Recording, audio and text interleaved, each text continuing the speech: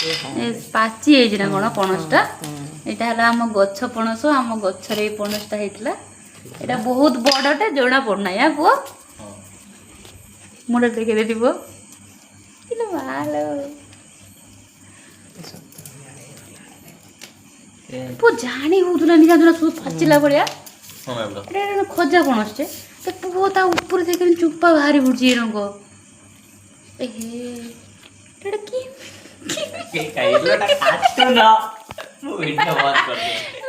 ପଣସଟା କେମିତି ଖୋଲିବେ ପୁଅ?